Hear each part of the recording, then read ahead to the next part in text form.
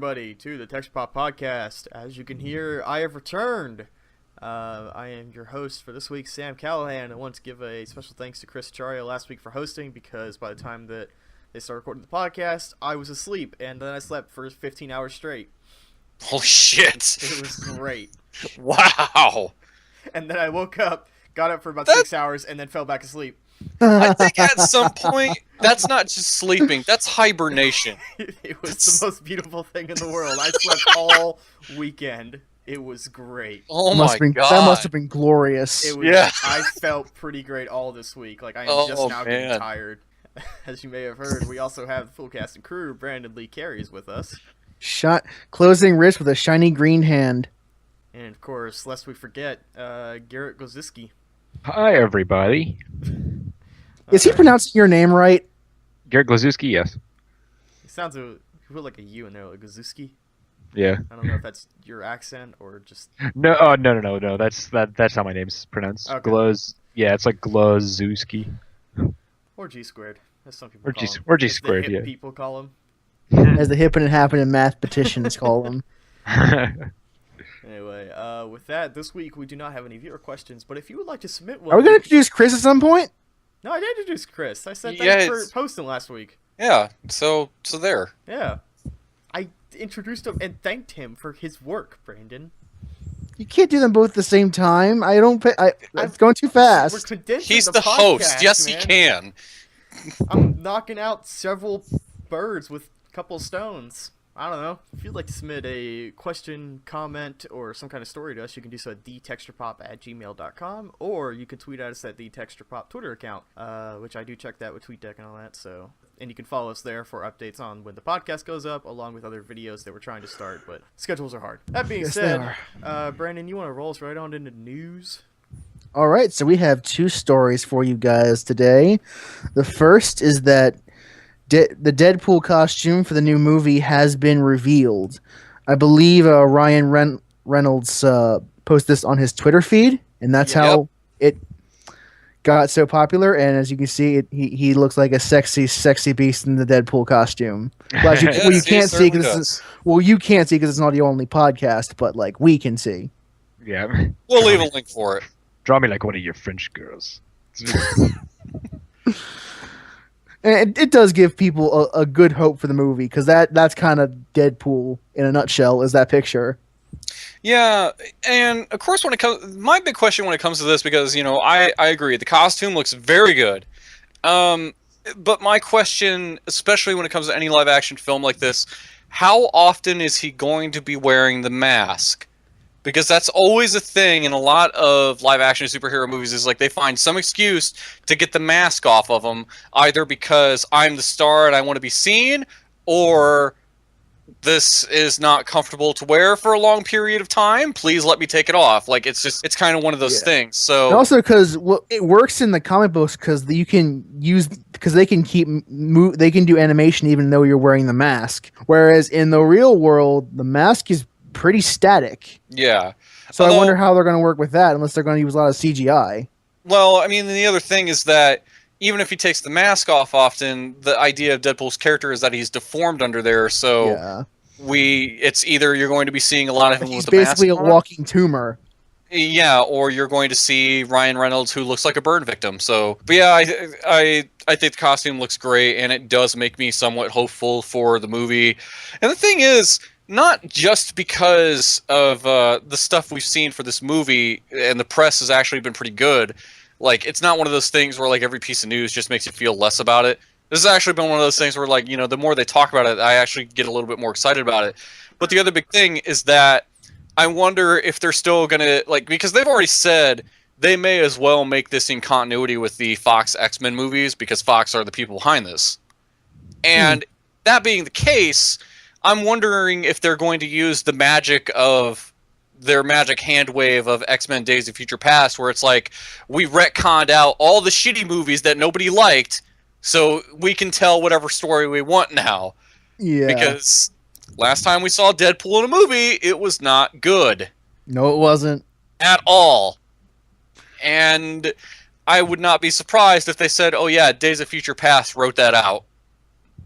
Or hell, given Deadpool's fourth wall breaking nature of he's going to do something to make the audience aware, constantly talk to the audience, is like, oh yeah, that was in a movie, but we don't talk about that. Like they could totally do that.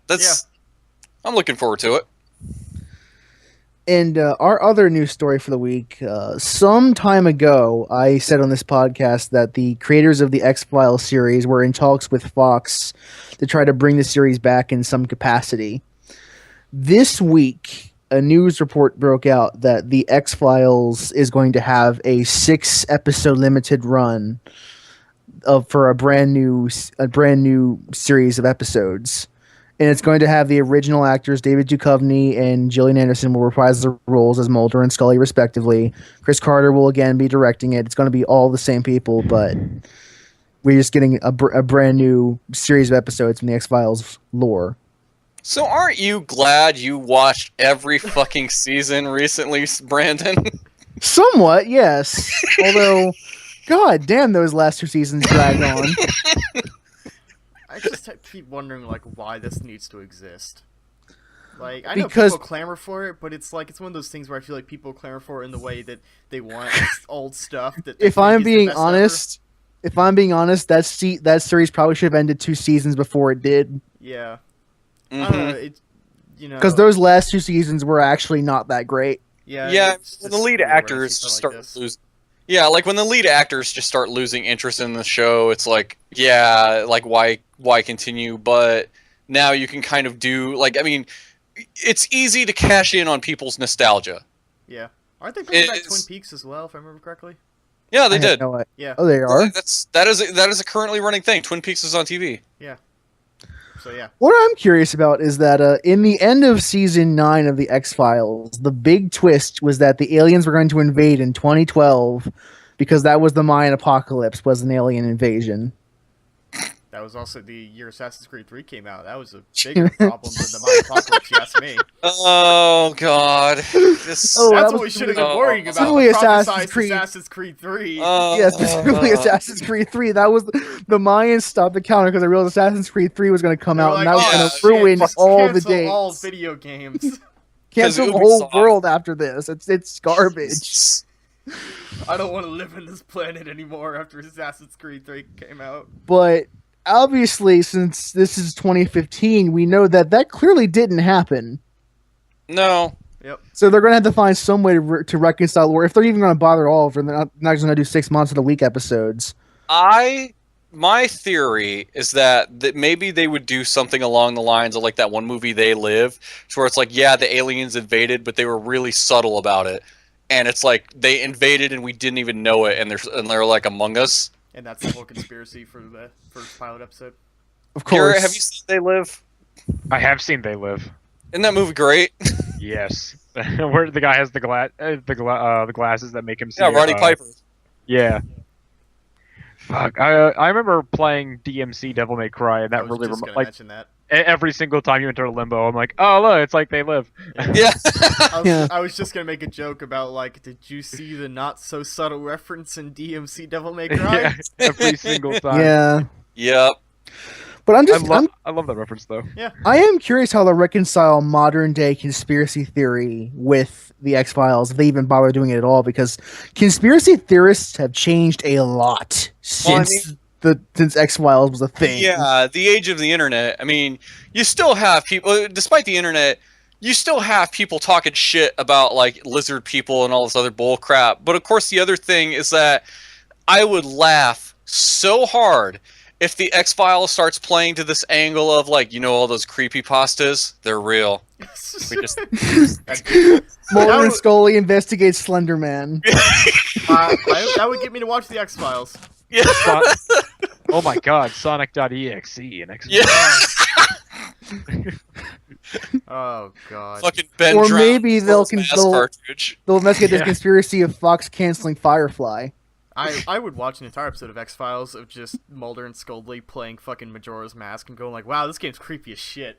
They go and visit the SPC containment facility. and That's and pretty awesome. It's an obvious like filler episode. It's like they just blame Majora's Yeah, Mask. it's just like there's no commentary on Bender. Again, They're there's just only playing Majora's 6 Mask. episodes in this run. Well, there's only going to be 6. Period. End of Yeah, discussion. but Chris does Oh. make a kind of interesting point about conspiracy theories, though, where they used to be so fantastical, but these days they're pretty grounded. They're very much about like Yeah. this corporation doing this sort of thing that is somewhat possible in most cases, but they're not like like aliens are taking over. It's more like, well, this guy's working with this guy, and that's a big problem. I think I think it's because of the fact of we have the like people, to my knowledge, we have the ability to find facts if we want to find them. Yeah. You I know? don't know if you remember me talking about it, but at the end of that series, it got really weird. Yeah, it did. Like, one of the big twists was that religion in the X-Files world is just a lie that aliens cooked up. Like, aliens made up all the world's religions. So, blah. Deal with it. Isn't that like chariot theory or whatever it's called? I don't remember. I don't know. Ryan's But, like, chariot. something and then they did super soldiers and, like, magnetism, and it got really strange. You're saying X-Files got weird? Weirder. Weird. What The ER is the important part. I'll be honest, I love the show. I kind of stopped watching after like Mulder was abducted, and then like Scully's like, "Oh my god!" That there's is Mulder." for Like, many people in the series is true, Yeah. true ending. Yeah, it was like it started like, but I remember there was an episode. Oh, sorry. They tried to bring these new guys in, Doggett and Reyes, but it never really worked. Mm. There was a time where an episode I actually kind of liked was this weird episode where there's this kid whose hands were bleeding in class, and it turns out like he's like the second coming of Christ or something like that, and it was weird. Yes, I remember Yeah. that episode. Yeah, I was like, I liked that episode, but I was like, what the hell? What was the one where like a god or like an angel appeared and it had like multiple faces? What is that? I, That was around season 7 or 8. That's Yeah, not like- that was- That's not like Janus or Junus or something, right? I don't know. Like it came in as a beam of light, and then it was a human with like a rotating head, and it was like a lion and a human and like a bunch of Okay. other stuff, and it killed people. And I was like, what the fuck is going on? Yeah, I know there's some famous. I don't know if it's a god or just a deity that has multiple faces. It was. I liked the show a lot, but yeah, there were times where I'm like, Yeah. Well, one of my It- favorite episodes. It was- had its bad episodes, even though it had its good episodes too. Like there Yeah. were a lot of episodes where they just kind of took like a really cool concept and ran with it. Like, what if there was like a real life Frankenstein story? Yeah. And they did that whole episode in black and white just to kind of bring the That's- homage a bit more clear. And it was really, those kinds of episodes were really fun. But It's like, really cool. There was a really cool episode where there was like a plant bing, and it would like shoot stingers at people, and you never really saw it, but like people would be walking, they're like, "Oh God, my neck," and like the stinger. Or I think we talked about it on the podcast earlier, the one where you would fall into this pit, and then you'd be like, "Oh, too cool! I totally climbed out," but you never actually climbed out. You were in like a hallucinatory state inside Yeah. this pit's stomach. And Mulder and Scully fall in there, and then like they go on this wacky adventure. It turns out that never happened. They were still in the pit. It's like really fucked up stuff. But to wrap this up, I do think it'll be interesting to see how they handle these next 6 episodes, these new 6 episodes, and whether or not Fox will even bother to continue the series from here. Yeah, I'm sure we could go on this all day, but Yes. yeah, we'll just leave it at that and say I'm sure there's some excitement for this. So Yes. And with that, we have ended our new segment. Now it's time for our regular shenanigans. Shenanigans. Who wants to start this off? Who's excited about video games? aren't we Uh-huh. always? I will if no one else wants to. Yeah, Brian, we'll just get you out of the way and just so we can kick you off. So, I've had a bit of time to play games this week. Oh, really? So, How's that been? What's it like to have free time? on a lark, I played a little bit of Hitman Blood Money on the PS3 because I love Blood Money, and Money I've was a been good thinking, and I've been thinking a lot about Hitman because another Let's Play group is going through Absolution, and my God, Blood Money is such a great game. Like, I love the feeling you get when you plan out a really good hit, and you walk away with no one knowing you were there. Oh, it's always so rewarding. I mean, that was that was one of the things about the Hitman series in general, was that if you think you're going to just play a level and know what to do, you're going into it wrong. You really want to like play a level, poke around, see what you can and can't mess with, and then plan from there. Like, it's not something to where it's like, well, I don't know what to do. Like, then you haven't played around with the level enough. You need to poke around. You need to snoop in it. And then when you feel like you're ready to make your move, that's when you start again and carry out your plan and go through with it. I think that's how you play a Hitman. And Blood Money was like the best version of that because the first Hitman game, Codename 47, was complete garbage. Mm-hmm. Yes, it was at its most charitable. I will say it's a good tech demo for what a Hitman game could have gone from there. Silent Assassin was a little better at it, but still it had its glaring problems. And Blood Money is really where it all kind of came together in a way that made sense. And there's some really Silent good levels. Assassin. Okay, keep going. Yeah, Silent Assassin was basically where that series took off, to where a lot of people actually paid attention to it. Like, and Blood Money has some really good level design. Did you play You had played Blood Money, Chris? I played around a bit with it. What were some of your favorite levels out of the ones you played?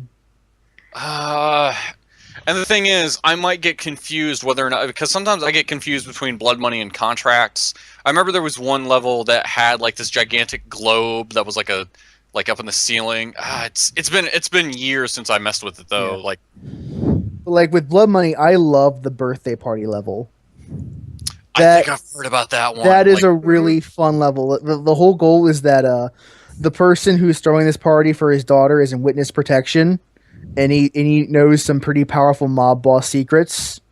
So you are sent to kill him and retrieve the microfilm with all the secrets that he's hiding. Oh, wow.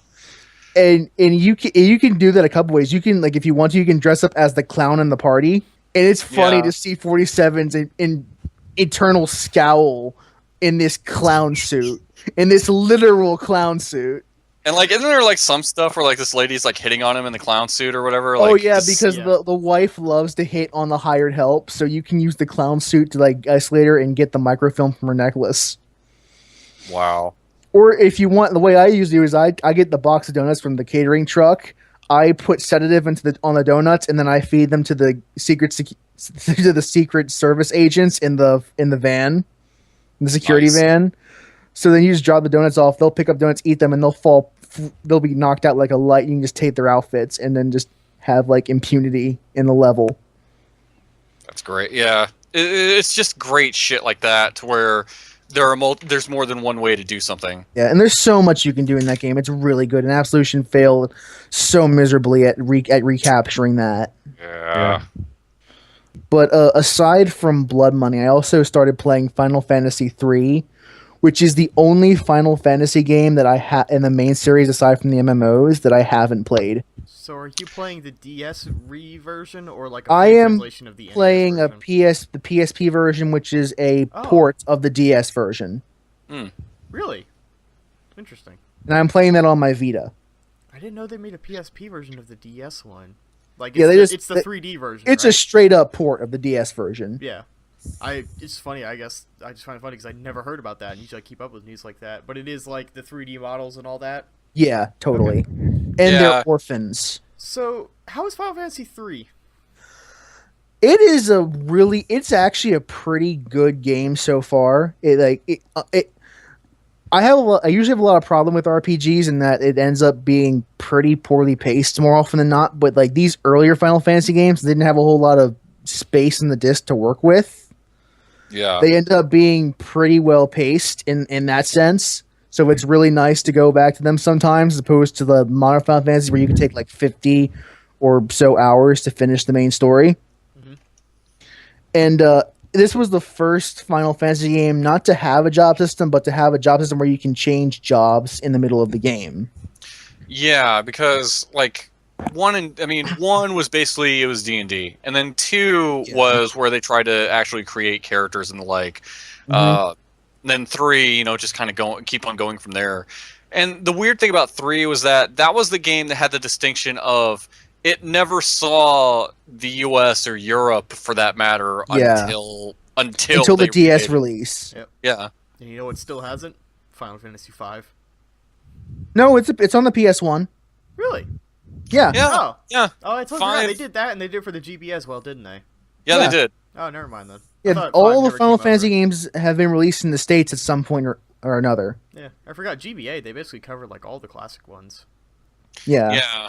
except for 3. Was that the only one that didn't get a GBA? Yeah, just the third one. Yeah, Yes. which is why it came on the DS, because you can play 1, 2, 4, 5, and 6 on. And this GBA. is and even though since it is the first game to have the job change mechanic, it is not as great as some of the other ones, but it's still a really good system.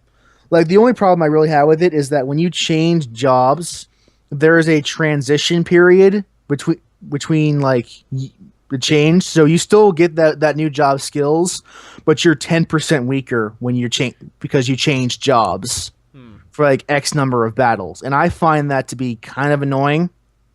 I can see that. But it does, because this is still that awkward time where they were still trying to kind of be D&D, but they were still slowly moving away from the D&D kind of roots and becoming their own thing. Little So did it's- they know how many belts would be in their future. And they still have that weird thing where you have different levels of magic, and you can only equip 3 magic of like any one level with you. Huh. And unlike most Final Fantasy games where you have a set MP pool, you get like certain like you have like X MP you can use for casting level 1 spells, X you can use level 2 spells, and so on and so on. So again, it's still trying to be a lot like a D&D game, but it's not really too great at it. Yeah, that sounds like needlessly complicated. Yeah, and again, it's not bad, but it's something that they didn't, because again, this is an NES game at the time, so Right. we're still at this. We're trying to basically replicate D&D when you really didn't have to, and it was only later on in other games where I realized this is not necessary at all. We can kind of just cut most of this crap.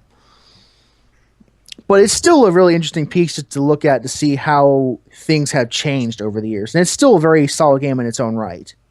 Yeah, considering, I mean, the really only way they could do it with like the 3D ports was like they basically had to remake the game from the ground up. Yeah.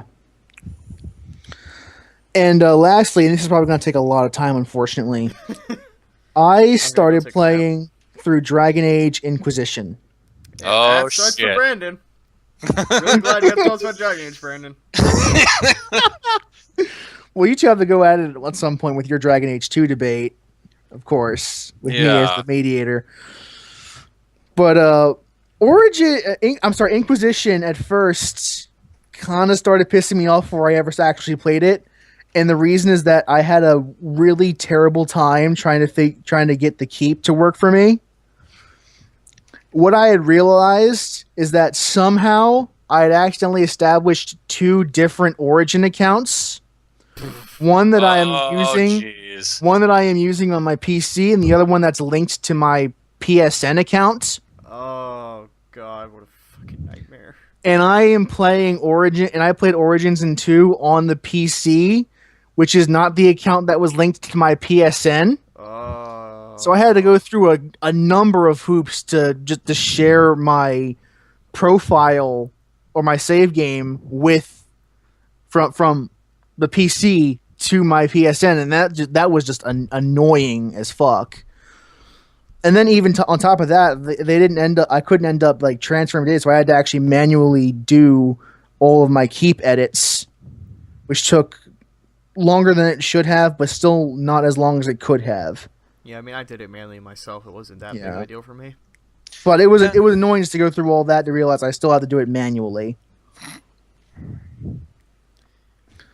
But once things got rolling, it's actually a really good game.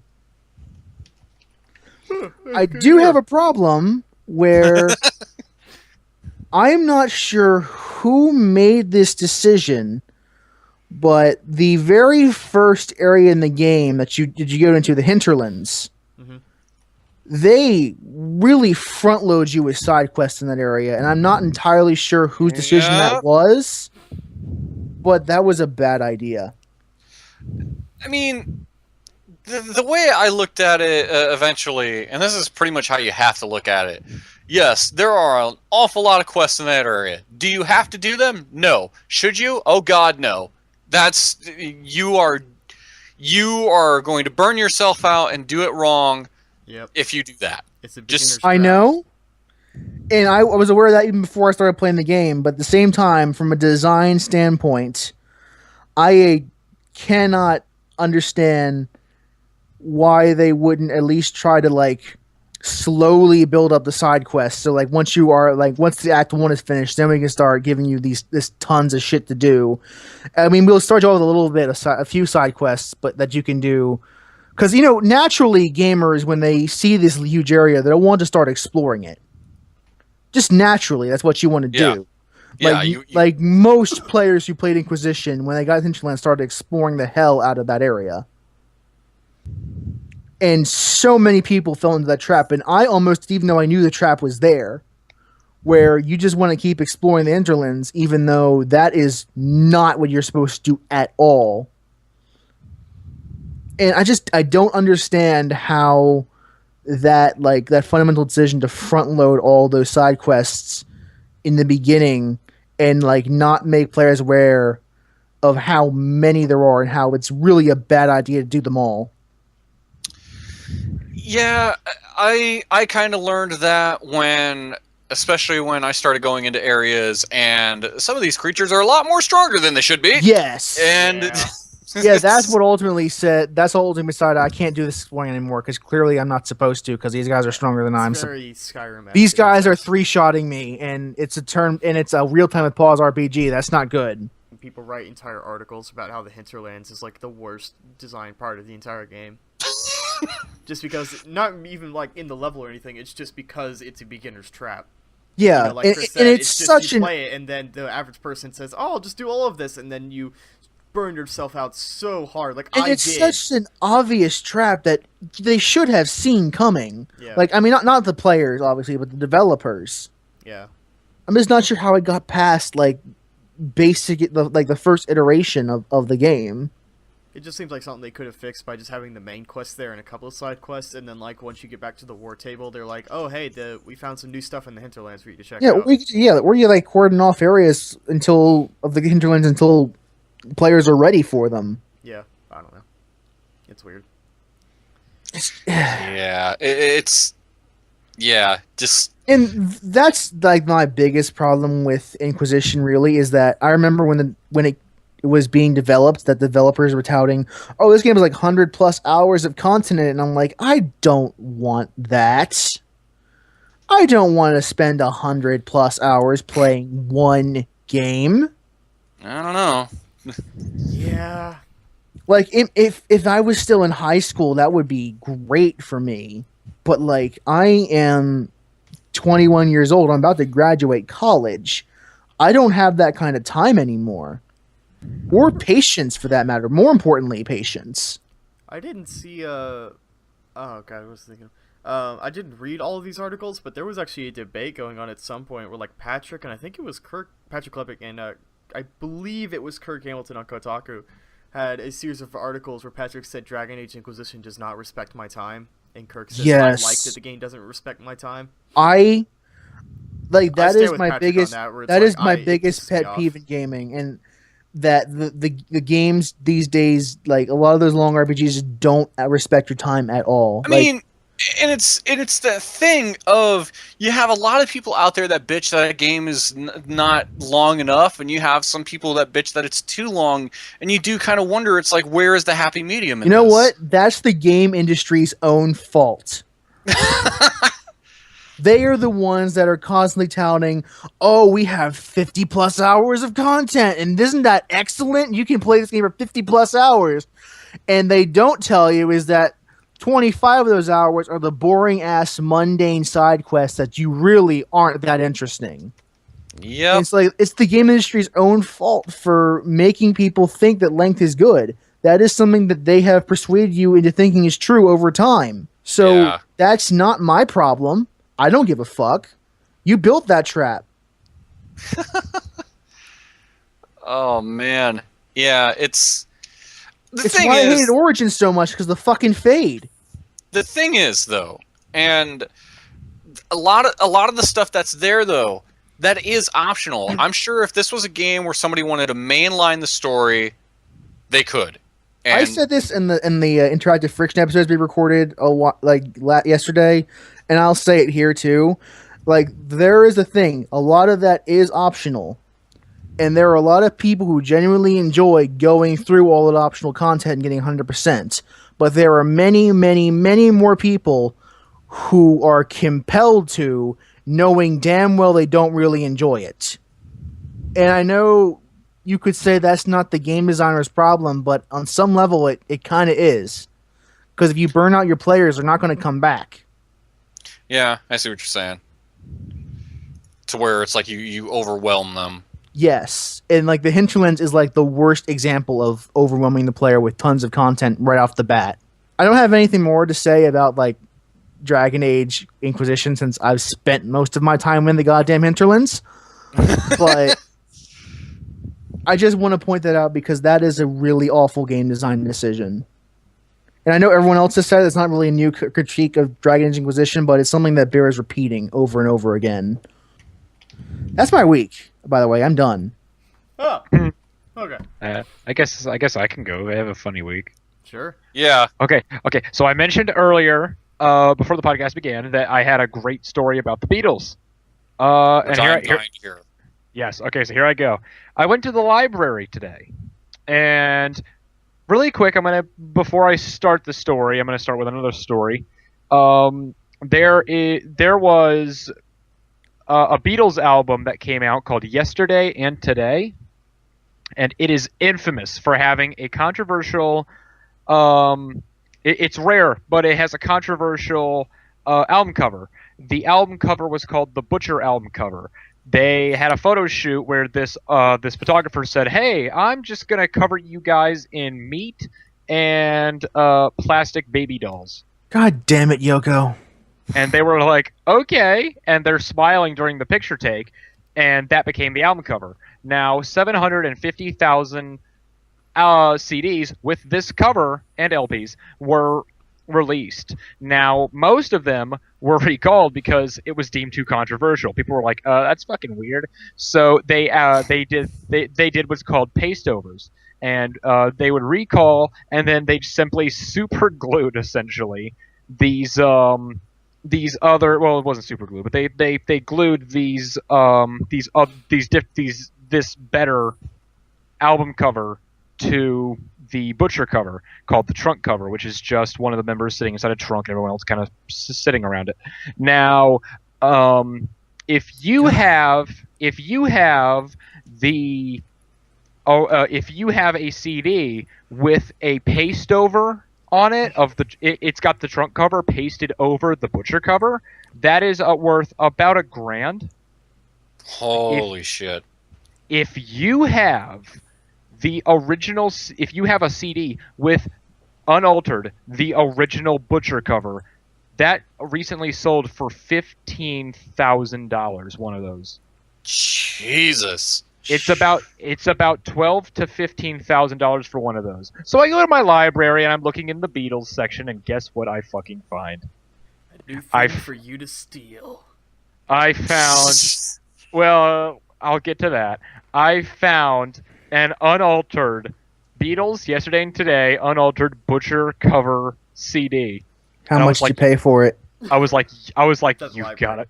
I was like, you've got to be fucking kidding me. So I take it up to the front, and I'm along with Reflector, Arcade Fire, and I walk up and I'm like, you guys know you're sitting on like a gold mine, right? This thing's worth like thousands of dollars. They're like, no way. And I told this woman the story, and she goes, awesome. So if it goes missing, I know who to blame. I'm like, yeah. So she opens. So I was like, yeah, I'll buy it off you guys. She opens it up. CD's missing. Somebody already fucking stole it. Oh. Yeah, somebody walked in and was like, "Oh my god!" and they stole it. The CD was missing. She's Wait, like, is the CD worth anything? I thought it was just like the album cover that was worth something. Yeah, like wouldn't you? Well, yeah, it was the album cover, but I wanted this. I wanted the CD. That's weird. I was like, want. you could probably just sell the album cover for a decent amount. Garrett, don't you know business? You don't tell them you ripped them off until after you pay for it. I was like, so yeah, I was seriously like, I'll pay like a total of $15 for this used CD. That's a great deal. And I walk off with like thousands of dollars in my pocket. But no, so yeah, somebody took the CD. So I wasn't able to check it. So I wasn't able to check it out. I posted a tweet about it though, because I took a picture. I was like, you guys won't believe what I just found. I need to mention this real quick, just because something similar happened to me in the week that I was gone. Sure. But just because this is almost identical, I went to Redbox last week, and it was like I Redboxed like The Order the other week, and then I was like, oh yeah, Battlefield Hardline came out. I should go Redbox that for my PS4 so I can play the campaign and take it back.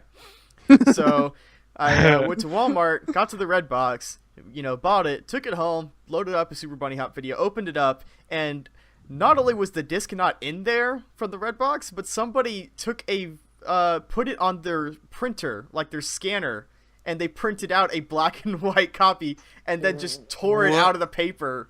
Like, they didn't even cut it with scissors or anything. Oh, and I was like, God damn it. That like, is that bull. It's like $60. Yeah, just fucking gone. And I was like, I couldn't even find a thing on the Redbox when I took it back that was like, is there a problem with your disc? So I had to pay like $6 or whatever, and I was like, I would like to report this so like someone else doesn't do this, but there's no thing at the kiosk that's like, is there a problem? Is there a problem with your disc? Yes. Yeah, it's a print copy. Yeah. I almost wanted to shove it in my PS4 and see if it would work. Yes, there isn't one. Oh yeah. Oh, my It was God. a very similar situation. Somebody. God. How does that? You'd imagine that someone would look at the disc and see that it's not actually there before they took it back. I imagine the guy before me, took the disc and then just printed the photocopy because I'm sure. Yeah, but I Redbox mean, has some kind of scanner. No one checked. Yeah. Yeah, but I mean, you think there'd be someone physically checking inventory? It's possible that he did it earlier that day or the day before, for all I know. Hardline had only been out for 2 days when I Redboxed it.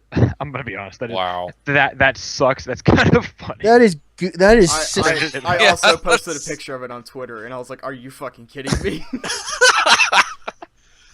Oh my God. And you think again, when someone's picking up the package, they would say, "You know what? This is kind of light." Yeah.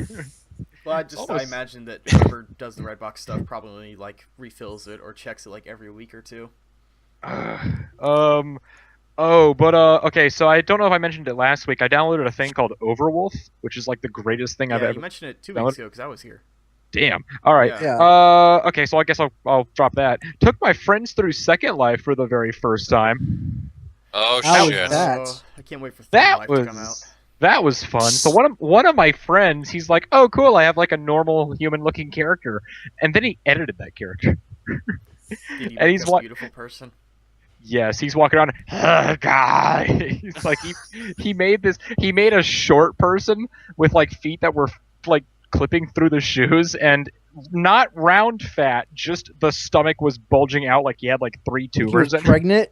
Yeah, with a flat table. It was he had 2 faces and they were meshed together. It was really this really fucked up character. So I took him immediately. I immediately took them to Club Yif, and he's fucking. I had the character he goes into the center and he starts pole dancing, and the owner walks over and stares at him, and then he disappeared, and then the owner walked away, and I'm like, "Oh, what happened?" He goes, "Oh, I just got banned." I don't even. Although I will say, I'll say this about Second Life. It's one of those things where it's you can kind of go to the furthest extremes of if you've ever messed around with a character creator in any game, and if you're one of those people, it's I'm gonna make something completely fucked up. How far out of proportion can I make the body on this? You can go pretty far, apparently. I'm waiting for the sequel. It's all right, new Madden NFL game. Let's create a freak of nature. Let's. It's really he made this abomination. It was really funny. And then he made a normal looking character, but Stay tuned for a dystopian cyberpunk future where this podcast takes place inside Second Life exclusively. Jesus. Log into Second Life to listen to the podcast. It also costs you an arm and a leg. We have to shit. We have to DJ it. But yeah, that was really funny. But yeah, it's I was. You do not want me DJing anything. Trust me on that one. I was walking them through. Stores, And they were like, "Wow, there's a lot of cool stuff here." There's also dicks at certain points, like in like really random spots. Are we too. talking about like jerkwads or like actual penises? Actual like penises, Full on for- penises. for s- I need an adult. Penises. Chris, you I am a go to legal a adult. Oh no! you go to a store and you're like, I'm gonna buy a robot arm. Oh, cool, Tron bikes, robot penis for your character. I'm Why? gonna buy a robot penis arm. I'm gonna buy a robot penis bike. Yeah, I'm like, Put it in my it's penis house. really random stuff. It's like, here you can buy stuff for your house. I like how Chris liked that one. My personal penis house. Yep, that's the title for this week. Not a no. Not again. Aww. Oh god. But Wasn't yeah, my fucking penny party enough for you? Nope. This little piggy made his house out of wool. This little piggy made his house out of straw. This one made his house out of bricks. This one made his house out of dicks. Dicks. Yeah. I saw that coming a mile away. this one made his house out of cock, just cock. But the wolf said, "I'll blow your house, all right." Oh my god! This podcast is canceled. You think that I'm bad. I have to go home. Wait, I'm already home. Oh no. I've officially made the worst joke this week. Oh come That was on, great. Chris. God, you That was good. rebranded so badly. what else have I done? I finished reading Good Omens, which was an excellent book, and it makes me miss Terry Pratchett more. So, so after watching Blade Runner, I was thinking I need to read some Philip K. Dick, and I decided not. No, I know. I was like, I need to read some Philip K. Dick, so I decided to skip A Scanner Darkly. I'm going to read Do Androids Dream of Electric Sheep.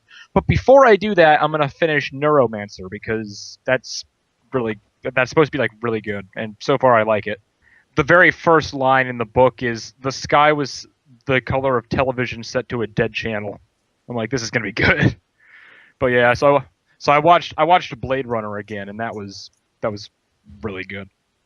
But yeah, other than the Beatles story, this whole day has just kind of been like a treasure trove. I went to a place called Second and Charles, which is like a used store, and I found like 8 different things where I'm like, oh my god, I want this.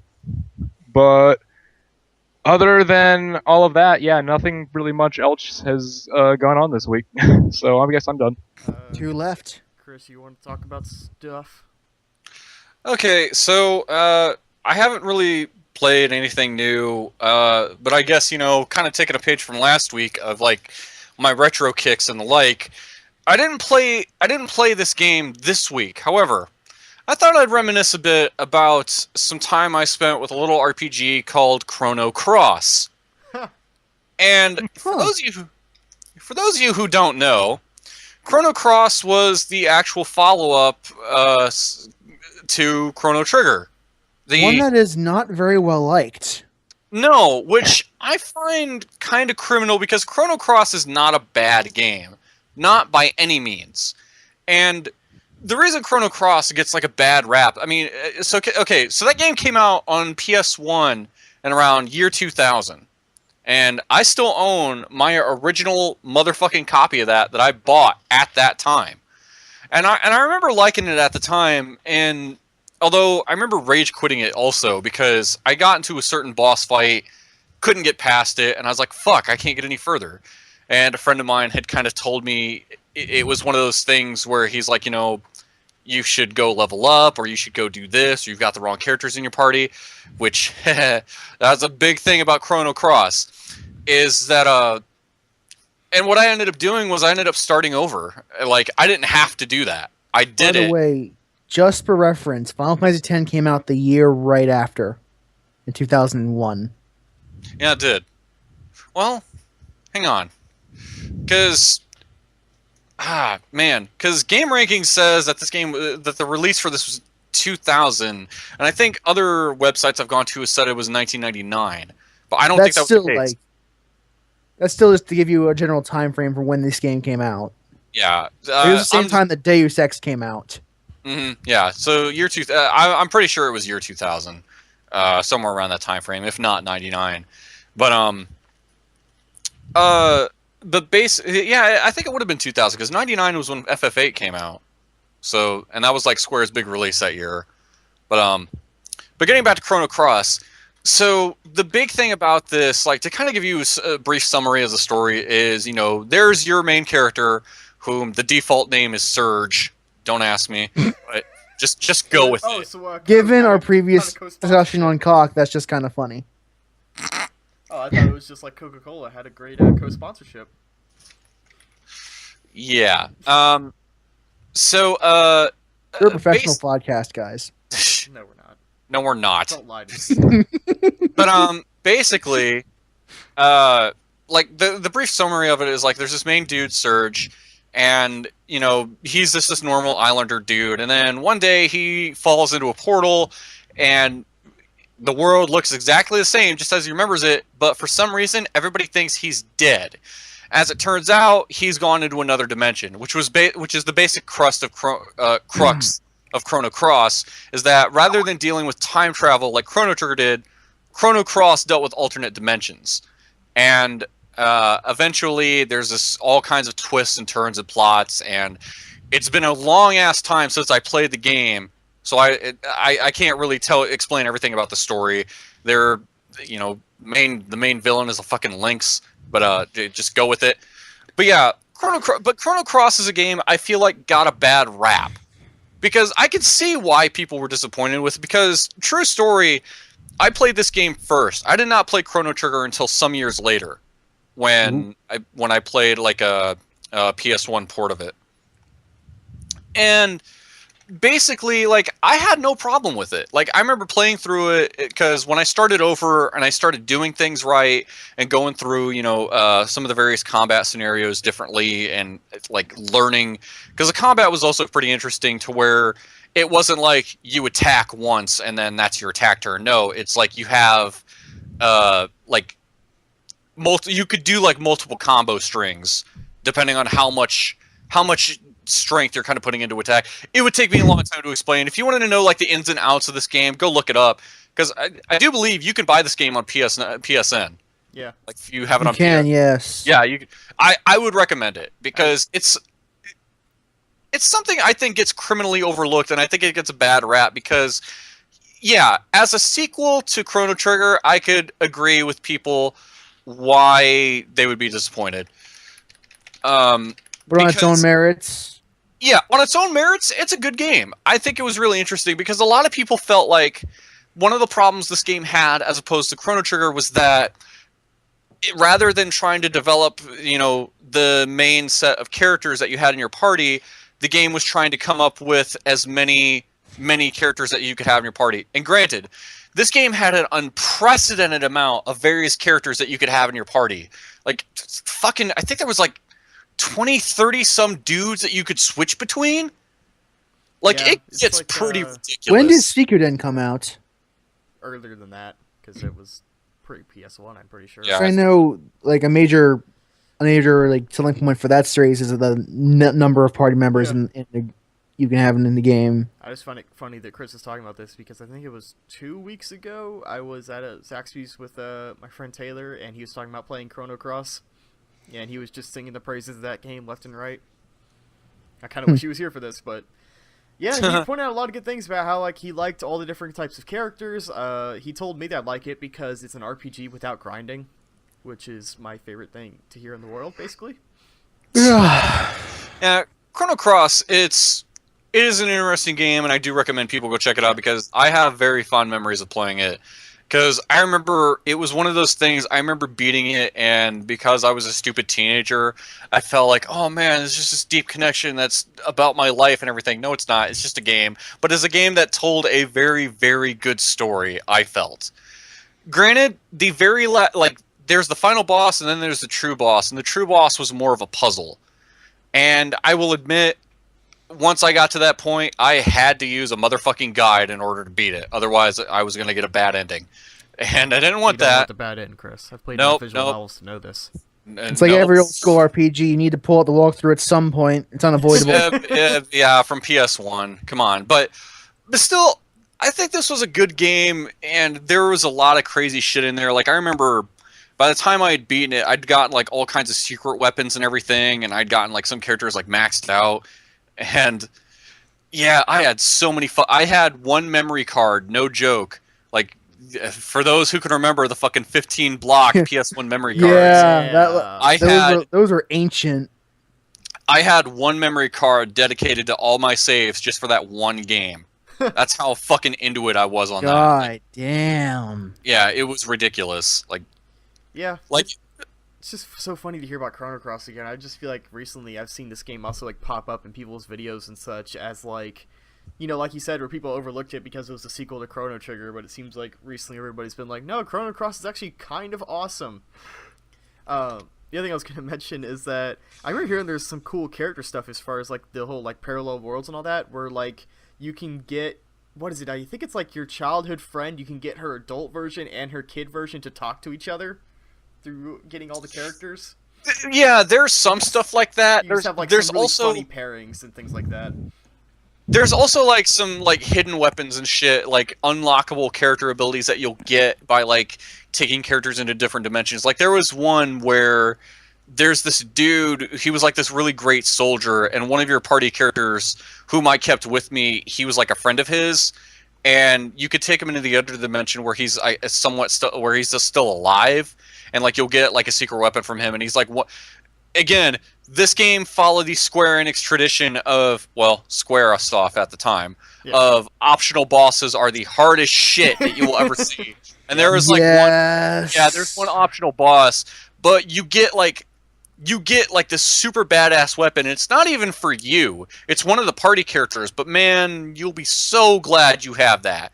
Because once I got that thing, like the character that I got that for, I kept him in my fucking party the rest of the way through, and just all the way up to the final boss. Like it was always that weird thing where the bonus boss would give you like the best equipment in the game, but by the time you beat that boss, no equipment you'd get would ever matter because you were already so overpowered by that point just to beat that bonus boss. Yep. It's like, yeah, I got this game-breaking sword from you, but I mean, I'm already game-breakingly strong because I beat you. You're the strongest opponent in the entire game. It's more like a trophy than an actual like god sort of the destroy everything. Yeah, it's You can keep going, Chris, please. Yeah. I can't really think of too much to say other than it really is something that I think it's a bad rap, and I think people really should play it. It's you know, because yeah, like I said, if you were coming to this looking for a continuation of Chrono and all his friends and the adventures that they have, I mean, those characters do make an appearance near the very end, but the ties to the first game are very, very fucking loose, to where you could look at this as its own thing. I mean, it sounds like a Final Fantasy situation, where it's just kind of like it shares a similar name and it shares some similar like universe, but otherwise it's completely different. Well, Final Fantasy always just gives you a brand new world every game. Like they don't even bother trying to say this is the same world from the last game. It's a whole different world. Just you gotta deal with that. Oh, but Brandon, let's not forget the Fabula Nova Crystallis. Even then, those different worlds with the same lore. Fabula Nova Crystallis. Although there are some theories of FF10 takes place before FF7, like thousands of years before. I could not care. I'm sure that if you squint hard enough, you can make connections between every fantasy game. Yeah, and then there's it's never mind. Don't. Well, also I was going to mention Chrono Cross still has one of my favorite soundtracks from like that time. I remember seeing a video by Satchbag who like his whole video was about the soundtrack. God, that opening theme, the very first thing you hear, that is still fucking amazing. Just if you're listening to this, you know, if you want to pause, take a break for a second, go look up the opening theme to Chrono Cross on YouTube. Listen to that shit. You will love it. Your ears. If I remember to do so, I'll put it in the show notes. Put it in the show notes, Brandon.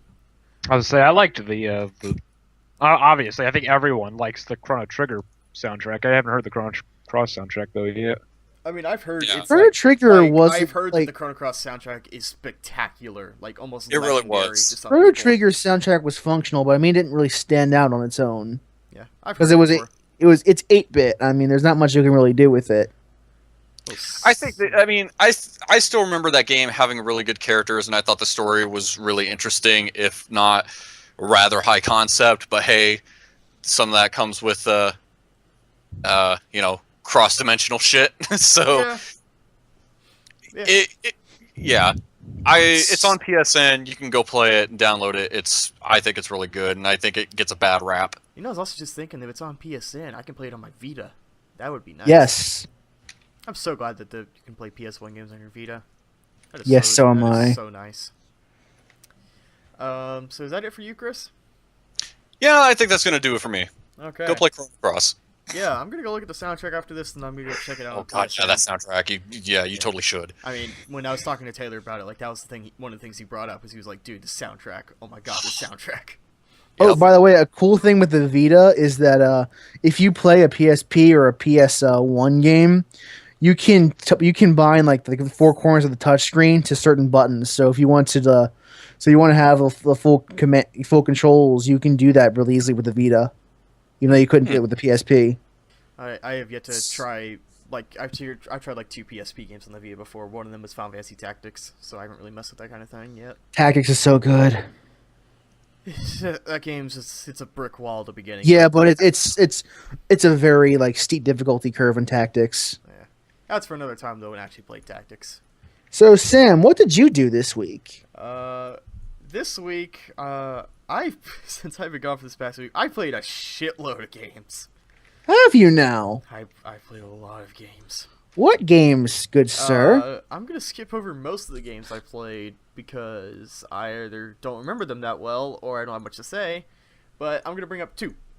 So Sure. one of them is that I finally got that PS2 emulator working that I talked about a while back. I just had a friend of mine also trying to do that same thing. Yeah, it actually wasn't that hard when I just looked up like a guide that was like, okay, so you want this plugin and this is the new codec that works best, and you know, you get some weird stuff where it's like one codec will make this specific game work better, but for the most part I took like universal stuff. And then the best part was my PS4 controller. I have the DS4 tool, or I don't know if there's 2 different ones. I'm using DS4 Windows, which I would advise. And so I'm playing PS2 games with my PS4 controller, which I think is just a much better controller. Yeah, it is. There's no debate there. So, all that being said, the first game, and I believe it's the only one thus far that I've bothered loading up, is Drakengard 1. Oh man, that is a blast from the goddamn past. Oh, I know what that is. You want to talk about some cult classic games? Oh man, that is the only Drakengard game that I've played. I have not played the other 2. Yeah, it's interesting because my understanding of this game, or rather, that's not the correct word. The way that I've come to find out about this game is that way back when it came out, didn't think much of it, and I saw like reviews of it because I used to read like GamePro and EGM and all that. And then I very recently, you know, I've always been hearing about the background, and this guy I know who reviews anime, Demolition D, he did a video called My Thoughts on Drakengard 3, and it was like a 20-minute video about everything he loved about that game. And I looked at it and I was like, this game, he even says outright, like, it plays like shit. And I was like, it looks like it. And Oh, yeah. I saw gameplay of the earlier game before I even started it, it plays even worse. Yeah, But it does, but it's such a weirdly fascinating game. Yeah, like when he was talking about the story and I was like looking at the dialogue and all that, I was like, this seems like just insane enough that I have to experience this. It is a really interesting game. If you get all the endings too, it's even like it's even more bizarre and Yeah. oddly compelling. I've heard definitely heard the things about 1, 2, and 3 where it's always like, the first ending always sucks, and then like the last one is always the like complete just like insane ending. Yeah, like the first ending sucks, and the second ending sucks even more, Yeah. and the third and fourth ending believe- suck even more than the first 2. Yeah, to sort of rephrase that in the way that I heard it was that the idea is that each ending gets progressively darker. So it's like Yes. the world state is worse off each time you keep It's playing. like, yeah, because you keep trying to avert the crisis from the first thing, and every time you get worse and worse outcomes. The Which- point It's where it almost as if seems the like game is trying to tell you, please God, Like- stop. Which, you know, just so from- it's at the point where it's like you might as well just go with the first bad ending because it's bad, but it's not as bad as the other things. which, you know, as someone who, you know, revels in like these sort of like really dark themes, I find that fascinating from a gameplay perspective, like Yeah. a design perspective. Yes. My God, it's really bizarre. But at least from what I've played, it's definitely like you have to really slog through that. For people who have never seen or played this game, it plays like a bad Dynasty Warriors. And I want It you to is, think about that yeah. for a second. Yeah, Like a yeah. bad Dynasty Warriors. Yeah, Um, there is so much truth to that. So like that, but then like every time I got to a cutscene, I was like, so what just weird shit is gonna happen? It's like, oh, we're gonna talk to a dragon, and the guy's Kime is gonna be like, we're Yeah. gonna form a pact, dragon. And she's like, no, and it's like, we're gonna do it anyway. He's like, okay, and like as far as I've gotten, it just gets weirder and weirder. Like there's a priest guy who tried to kill himself because his friends died, and then a fairy came up and was like, you're just this disgusting little fuck, aren't you? You should just kill yourself. Or you can form a pact with me! And he's like, okay. That's Wow. the farthest I've gotten. I'm fighting him, and he's just some blind priest dude, and I was like, I don't know what the fuck's going on. Because the thing is that in this game, you can make a pact with a mystical creature, and you can get great power as a result, but you always lose something in exchange. Like Khan loses his voice, the priest loses his sight. Yeah. There's another old guy who made a pact and lost his hair. Yeah, it's almost like Full Metal Alchemist about the idea that in order to gain, you have to give, To lose. Yeah, Yeah. it's which I think is a cool concept. And there are some, logic. and equivalent the other exchange. Yeah. and there are two other party members who get even like worse trade-offs for their packs. Yeah, so as far as I've gotten, sometimes it's a little bit hard to play just because I'm sitting there going like, oh my god, just killing guys again and again. Even though my understanding is that to a certain degree, it's kind of the point. Like, Yes. it's almost like a progenitor to Spec Ops, where they have this sort of subtle commentary where well, not quite so subtle, where the dragon constantly talks about the idea that it was like you'd be better off dead than just fighting these people all the time. The It's like dragon humans hates just you so want- much. Like, I love that, though, where the dragon just comments on what you're doing, and she's like, I don't even, like, humanity, all you guys want to do is just fuck each other over in the worst ways. And you're just constantly slaughtering guys, and she's like, why? Why are you just killing hundreds of guys for no goddamn reason? You know, I think at some point she just brings up the obvious idea, being this is, like, early 2000s, of the idea of, like, as the military, you're fighting for someone else's ideology than your own.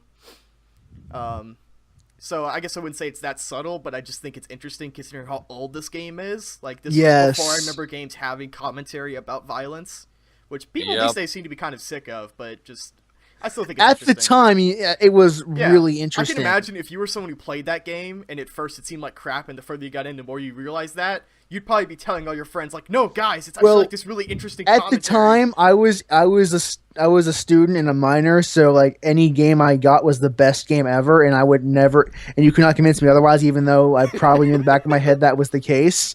So I played the hell out of Dragon Guard, even though it really wasn't as great a game as I remember it. But like, it's still weirdly compelling. Yeah, it's better in the grand scheme of things than it is Yeah. like as a game, because it just doesn't play that well. But I've heard some people, like, I know a couple people I know on Twitter have played Dragon Guard 3 and only 3, and like, yeah, you know, you don't need to play the first two, and it's like, but I kind of feel like I have to. Like, I really want the full Dragon Guard I've been told that experience. Dragon Guard 2 isn't like that interesting. I've been Yeah. told that. I haven't played it though, so I don't know for sure. Yeah, I mean, I've looked up on how long to beat, and it says it's like roughly 10 to 15 hours, depending on, you know. How Well, long the it takes. game is pretty short if you go for the standard ending, but like the whole point is that they kind of want you to explore how many all the different possibilities that you could leave this world in at the end of the game. Yeah. So I get the feeling that this is going to be kind of thing where I'm not going to get to the end of 3 until like the end of the summer. Like, I've just been kind of casually playing it, and then like, you know, I don't push very far past the point where I get frustrated with the gameplay because I don't want to put this game down permanently. There are a lot of endgame weapons definitely make it a lot less frustrating. I mean, even as far as I've gotten, my initial sword has a 12-hit combo that just wrecks Yeah. guys. Like, it's not that much of a problem. It's just And if you boring. time it right, you can blow away a lot of enemies in like a single strike. Yeah. It's a really interesting game that it just seems like only this small subset of group of people even remember, let alone talk about. So I just found it kind of Yeah. funny. Like, it seems like 3 was the one that broke out a little bit further, and I think Oh, that's that is a blast in the past. I haven't thought about Dragon Guard in a very long time. yeah. And Yeah, my understanding of 3 is the only reason it got popular is because Nier came out, and Nier reached to a much bigger audience than Dragon Yeah. Guard. And I know, as a quick aside, copies of the original Drakengard on like Amazon and eBay aren't that expensive, like maybe $20 or so. That However, doesn't surprise me. However, Drakengard 2, on the other hand, is fucking expensive. Really? Like 40, 50? I'm guessing Like- 200. like $30 for a used copy of Oh, Drakengard 2, and it only goes up from there. Like a sealed copy could be like $120. Jesus Christ. So I wonder that's because it was a limited print. It would have to be. I mean, just by Possibly. the way that you said and the one review I watched, Because that like wasn't a great it game. wasn't that popular at the time. Like no one gave a shit about Drakengard 2. Even fewer people than gave a shit about Drakengard 1. Yeah. You should definitely play 3, Brandon. I've heard some great things about it as far as I'm the story. I Play have considered it. I've actually have considered it in the past. I don't know why I haven't just taken the plunge yet, because it does seem like a really interesting game. Yeah, I think I'll send you a Demo's video because he doesn't spoil the endings or anything, but he talks a great deal about, what's I wanted to interesting. play I did it, see. but I also saw Super Best Friends play. Yes, that was how Crisis. I remember seeing that game first. And just fucking Liam going like, it's anime I- as hell. Because as someone who actually did enjoy the first Drakengard, I was curious as to how the third game was going to be. Yeah. Although I will say it sucks major dick that the Square has the nerve to charge $5 DLC for the Japanese voice pack. Yep. Can't Yep. switch languages on the As fly. someone who prefers dubs over subs, I couldn't possibly care any less. Yeah. I'm interested in It's dubbing gonna this it's stuff. gonna be funny, Brandon, if you watch that demo video because you can tell how much of a weeb he is like me, where he talks about the way that she enunciates things in different languages. And it's like, that's some hardcore shit. Like, he hates the dub because of the way she says certain things, not even what she's saying. It's the way she says it. That's terrible. It's interesting. So aside from that, I guess the only other game really worth talking about is this little game that came out that it's called Bloodborne. I don't know. It's by some I card game once. think I, I don't might have I heard don't of that. think I've heard of it. That's a new one. Yeah. Little release about that big. Yeah. A guy made Demon Souls and then nothing really happened. And that's Sorry, what came there's out. I don't think I've seen any videos on it either. Like it's not like everyone's fucking talking about it or anything. Yeah, it's like the game's getting like 9.0s across the board, and there was an angry Forbes article written about it. Which, There's an Angry Fords article about everything nowadays. there was a guy who, the little headline for it was Bloodborne's high review scores is the problem in games journalism. And it was the most hilariously bad read I've read in a long time. Forbes does Oh, occasionally have God. some good games journalism do. in it, but like that wouldn't be one of it was the getting shared around. examples. It's like, holy crap, this is bad. Like, this is basically just saying, like, the problem is that, the whole thing in reviews is like, and I'm going to segue this into my talk about Bloodborne, is a lot of the reviews start off by saying this game's not for everyone. Obviously. And his problem was that he's like, well, you shouldn't talk about it. You should talk about how it is for everybody. And it's like, no. I don't That's have not to what a explain. review is. It's like in the same way that when I talk about, like, people talk about strategy games and they don't say, well, here, let me explain it to people who don't know what strategy games are. Like, we don't do that because people, it's like, I'm trying to think of, like, the most For hardcore the strategy game I can think of, like Civilization, and just be like, you've never played a strategy game before. So, I don't know, let's talk about that. It's just really bizarre. Because the review is fundamentally not aimed at those people. No, like the game Yeah. is not aimed for Yeah. people who are not into the Souls franchise. yeah. Which is just what was so weird And about of that course, article. that would mean that reviews would not have to be aimed at those, because that's just not like as someone who doesn't care about Dark Souls, that doesn't hit my radar. I'm not going to care if it's not for me, because it's never really been for me anyway. Yeah, and if it hasn't been for you in the past, this one will not change you at all. No. Yeah.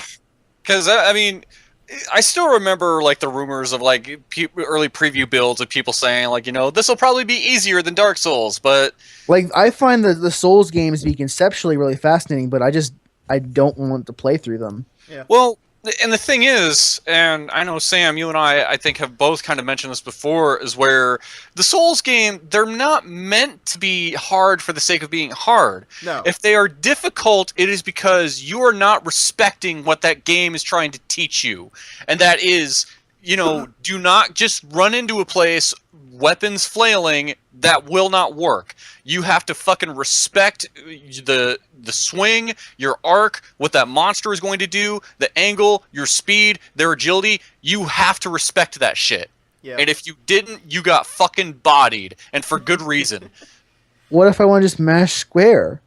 Well, that's just gonna in this game. That's just gonna throw items at people. You're gonna throw pebbles at them at the beginning.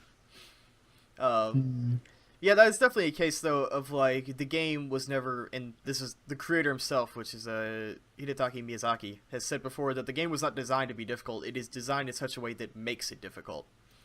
And that just mostly comes from the very Monster Hunter style, like your swings, like whenever you swing in Bloodborne, and this is something that you'll forget after a while and then realize, like during the last boss fight I was doing, which is a pretty notorious one thus far, I was very conscious of how many times I was swinging, because it was like, Yes. alright, I can get 2 hits in before she's gonna, like, freak out.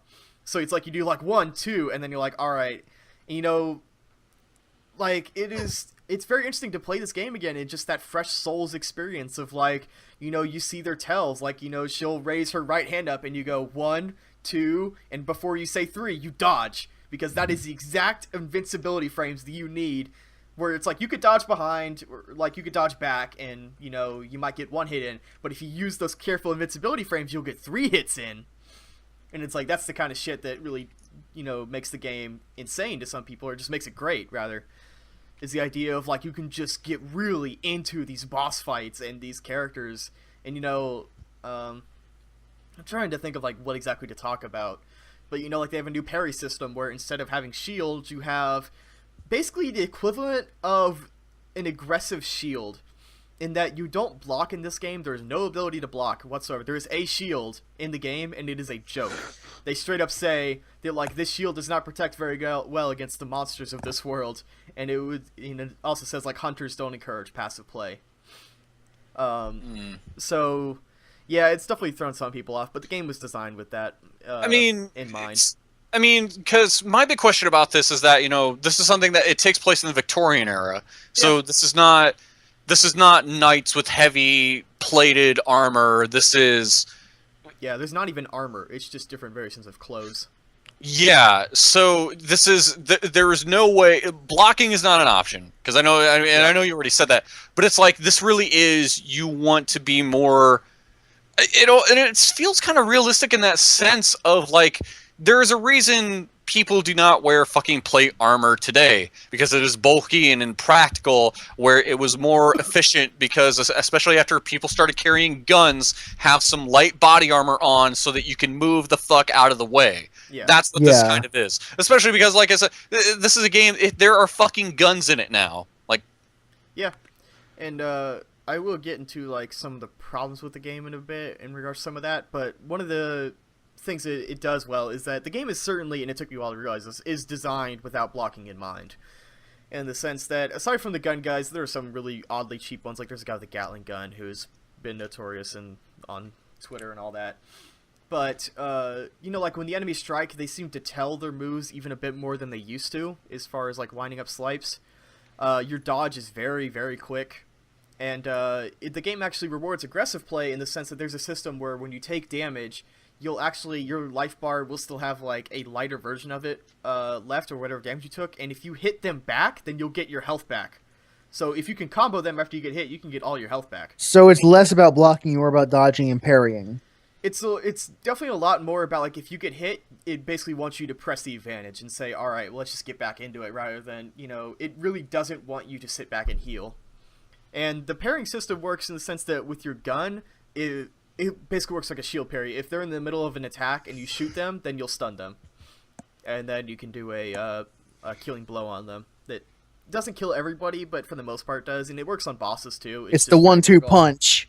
But it's been an experience, like, even during that boss fight, just learning to dodge, and I'm so used to the roll and, like, exactly how many invincibility frames there is and exactly how far it goes, and the dodge does not work like that. It actually seems to be encouraged to actually use your invincibility frames to dodge into attacks rather than roll away from them. Like, if she's attacking from the left, then I actually found it much better to roll left, or to dodge left, and use that invincibility frame to... Then you get behind her and you can counter. Yeah. This is the kind of shit I love. When there really is, like, there is such a fucking method to the madness that goes on in this game. And, like, I'm sure for some people this would be overwhelming to them, and it's like having to think that deep into it. But For the rest, for like people like us that want that stuff, that want that level of depth of how we have to think about how we approach the situation, what kind of gear we are carrying, how it affects our movement. That Spatial awareness, especially. God Yeah. damn, I want to play this. Like, Yeah, there are definitely some people who have problems with it just because I certainly have friends of mine, like even the friend of mine, Taylor, who recently beat Dark Souls 1, like he did the big tanky build, and like I did DPS where I wore light armor and carried a greatsword, and you know, he carried like a sword and a shield and big, like he carried Havel armor, like the, you know, the heaviest armor in the game, and I was like, dude, you're gonna be fucked when you play Bloodborne, because there is nothing like that in the entire game. There actually is no equip burden in the game anymore. So the clothes you wear, it's all just stat differences. Like, do you want higher poison resist? Do you want higher physical defense? So there's no weight to the clothing, like, or not. No. There's no item burden. There's no equip burden, anything like that. And, you know, it looks like you have infinite inventory. Well, actually, no, you don't, because each item has its own max, and then anything extra you pick up will go into your box. So you can carry, like, 20 blood vials, which are your healing items, and, like, 20 bullets. Which, the blood vials brings me to a thing that angered me so much that I had to write an article about it and post it on the day of this recording. In which I said that the blood vial system is the worst part of the entire game. So, Do tell. let me put it this way. In Dark Souls, there is what I call a 0 point in the game, which is basically when you spawn, you have at least 5 Estus flasks, if not more if you kindle, but for the sake of this, let's just say 5. And then you go to the boss. You know, it's like you'll go to them, maybe you'll use an Estus flask or 2 fighting enemies, then you go to the boss, you'll die, and you'll respawn with 5 Estus flasks and full health. Bloodborne, and this is the reason I said earlier, what I said before the cast, is that Bloodborne is a sequel to Demon Souls, not Dark Souls, and it's very apparent in this, in that the blood vials work a lot more like the grass in Demon Souls. They are consumable, and they do not regenerate. So, say you get your full... man. Let me give you an example of, I got stuck on this one boss called the Bloodstarved Beast. You fill up 20 flasks, you go to the boss, and by that point, maybe you use 1 or 2, so you have like 18 left, and then you use 10 flasks on the boss, and I keep saying flasks, vials. 10 vials on the boss, and then you die. When you respawn at that point, you only have 8 left. So, basically what you have to do is either grind out blood, which is your currency, to go buy more at the hub world, or you have to kill a particular set of enemies at one of the earliest parts of the game that will that'll almost always drop blood vials, because the more that you kill enemies in a certain area, except for these 2 guys, which I think were put there specifically for this problem, the less blood vials they drop. So you can get to a point where if you're getting stuck on a certain boss, enemies won't drop any more health items on the way. So it reaches a point where you just have to grind out blood. And it's really annoying because it's a really bad pace breaker for a problem that was already solved. Like, you know, in Demon Souls, it was only an issue early on because eventually you got like some stupid amount of grass. At one point, I had 99 full moon grass. Yeah. When I got to the final boss. But in Bloodborne, I get what they're doing, but it's like, it acts as if Dark Souls didn't exist. And Dark Souls perfectly fixed that problem by just saying, you can always run up against this boss, and literally the only thing that can happen is your weapons might break after, like, I don't know, 100 tries. But I just, you know, Dark Souls had a really good flow to it, like when I was fighting Orange Sea and Smough, like the most difficult boss set in that entire game. No matter how many times I did it, I would always come back, and I'd always have 10 flasks ready for me. So just this idea of when I got stuck on that boss where I get maybe 2 shots, and then I have to spend half an hour just grinding for blood, is not fun. And I think that it's a problem that doesn't need to exist, that they could have just looked at Dark Souls and say, why don't we just do that? I want to ask you a question, because during our IF recording last night, you said to me that Bloodborne felt more like a Victorian-era wrapper on Demon Souls than like a true game in its own right. I called it a Demon Souls mod. That's why I described it as. Yes. Do you want to elaborate a bit more on that? So, that mostly comes from just, it's a lot of the vial system, which is very similar to the grass system. It has a hub world where you talk to a girl that will level you up, which is like Demon Souls and Dark Souls 2, not Dark Souls 1. What are they called? Lamps work very similar to Archstones in that you can keep moving on through the world but those stones won't allow you to level up, buy items, repair equipment. They only allow you to transport back to the hub world, which is a long load time. But the point that I'm trying to get at is kind of what I mentioned earlier, which is that this game feels like a sequel to Demon's Souls, or even a mod in some cases, because it doesn't feel like it learned the lessons that Dark Souls did. You know, Dark Souls, the bonfire, you know, say whatever you want, like Dark Souls 2 had the Emerald Herald where you leveled up there, and you could say a lot about the character that gives. But Dark Souls, it had a really good pace because the bonfire was your everything. Bonfire was like, just level up your shit, you know, level up yourself, and fortify weapons and all that. So the idea that you have to go back to a hub world and you have to replenish flax by grinding just feels like a backward step. And it feels, if Dark Souls didn't exist, I would say, yeah, this is just what I know. This is the system. But it's just super weird in a world where Dark Souls exists by the same guy and then doing this. Like, it's not even that it was a different franchise, because then I would be like, I don't know, maybe it's just you didn't want to steal it. It's like the same guy made that game and still looked at it and said, like, I've heard the common complaint, which is like, why can't you level up at the lamps? Why can't you, like, buy shit at the lamps so I don't have to take the 45-second load screen back to the hub world, buy my shit, another 45 seconds back into the game, so I can go die twice, so I can go back to the hub world, so I can go to a certain area, so I can grind blood vials, so I can go back to the world, so I can go back to the area and fight the boss again. It's just, it's a pacing problem that was inherent to Demon's Souls, and it's here again. The more I play it, the more I just really notice the Demon's Souls similarities. I feel like some of the enemy movements are like that, and my understanding is that it's built on a similar engine, or at least it has parts to it. So it just has that very feel of it, which isn't bad. Like, I like Demon's Souls a lot. I could go for a sequel to Demon's Souls and not Dark Souls as far as some of the concepts, but I feel like they cribbed the wrong ideas from Demon's Souls. So what would you like from another like Souls-esque game? Like, what would you like to see? Where would you like to see them take this series going forward? I mean, I like the setting, I like the combat. I think the trick weapons are a really cool idea, because instead of having like 50 weapons like they do in Dark Souls, my understanding is there's like maybe 20, but all of them have different forms. You know, like the basic one is like it's a cleaver that can flick outward like a switchblade, and there's like one gun I got that's basically a rifle that you can turn it, or a spear that you can turn into a rifle. There is a short sword that turns into a great sword by sheathing it. But as far as like what I want from it, I think it's just like, take the concept of Dark Souls, which was all just convenience. Like the flash system, you know, I'm sure some people could argue that they want the games to be different, but it's like the flash system was the way to keep the pace in that game. That was how you made that game work, was the flash system was your 0 point, so you could always just throw yourself against the boss for hours on end, and you'd never stand to lose anything. You know, you wouldn't lose any extra time.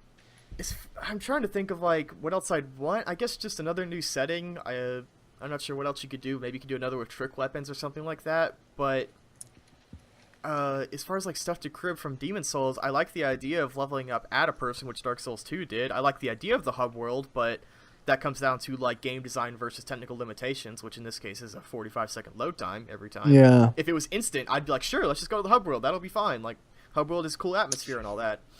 But just the amount of time it takes is grueling. Yep. And you have anything else to say about Bloodborne? Normally, I wish I could, but like, you know, I'm still playing through the game, so I'm sure I'll have a lot more to say when I finish it. All right. Seems like a good time to wrap it up whenever you're ready. Yeah. Yeah. I guess last thing I'd say is, like, it seems like some of the bosses are pretty good, even though it's suffering from the humanoid problem that Dark Souls 2 had, which is that most of them were based on human movements. Like, the last boss I fought was a wolf that kind of fought like a human with a sword. I mean, that game's had that problem for a while. So, with that, I think we're going to call it a week. And, yeah. You guys have any shout-outs real quick for new stuff? Downloaded Unreal Engine 4 finally, and been running around in that. That's really fun. And I will be streaming, not Unreal Engine 4. I'll be streaming League and stuff, but I'll be streaming on Twitch. Hopefully sometime soon. So. Well, if you get a date before this goes up, then we can post an announcement in the description below. Awesome. All right. Other than that, no. Sorry. By the time this podcast is released, I will have already posted an article talking about Dragon Age Origins pacing as compared to Dragon Age 2's and how Dragon Age 2 is a lot better off by that comparison in terms of the pacing of the game. All right. And Chris, you got anything? Not yet, as I'm still waiting for some stuff to come in before I start my own recordings. Yeah, but you are getting back into Let's Play game, which is cool. Yeah, I hope to. Things should be calming down to the point where I actually have time to record videos and the like of some games I'd like to do. While I may not offer the, well, I'm not even gonna say anything. When I start doing it, I'll let people know. So stay tuned to hear. Yeah. And of course, Interactive Friction is still ongoing. We are still going through Season 2, Tomb Raider 2013. Yep. So feel free to tune into that, because we do have some really good commentary going on in that particular Let's Play. Yeah, I'm really happy with our last batch, and that goes up every Monday, Wednesday, and Friday as long as the season is going, which we're going to be done recording soon, but the season probably won't end for another month or two. Yeah, we have a huge backlog of episodes. Yeah. Just in case something happens in the meantime, which it had for the past couple weeks. So we were fortunate enough to be smart in the way we've been recording this series. All right. And as for me, of course, I have my Bloodborne article on EmptySkybox.com, my blog, and I'll link that in the show notes. Thank you. And we're probably posting another Bloodborne article or two over the next week or so. I'm just basically breaking it down to little bits, just good and bad to talk about. And other than that, because I start to remember to do this now, if you like this podcast, it'd be awesome if you hit the like button below so we know that you like it. Makes Brandon It makes smile. us smile. Makes us smile, as we say on Interactive Friction. And if you want to keep hearing more of the podcast, you can subscribe. And if you hate my fucking voice, feel free to leave that message in the comments so I can know personally. Right. You can always subscribe, and you can follow us on Twitter for updates on that. And, of course, you can leave a comment below if you want to discuss any of the points that we discussed here. I will happily respond to them. And, of course, in the link below, we have my Brandon's blog and my own, and we have all of our Twitter accounts as well, so you can follow us there. And with that, we're going to call it an evening. So, I'd like to say goodbye to everybody, and we will see you next week on the Texture Pop. This is Texture Pop, signing off. See ya. Bye, everyone.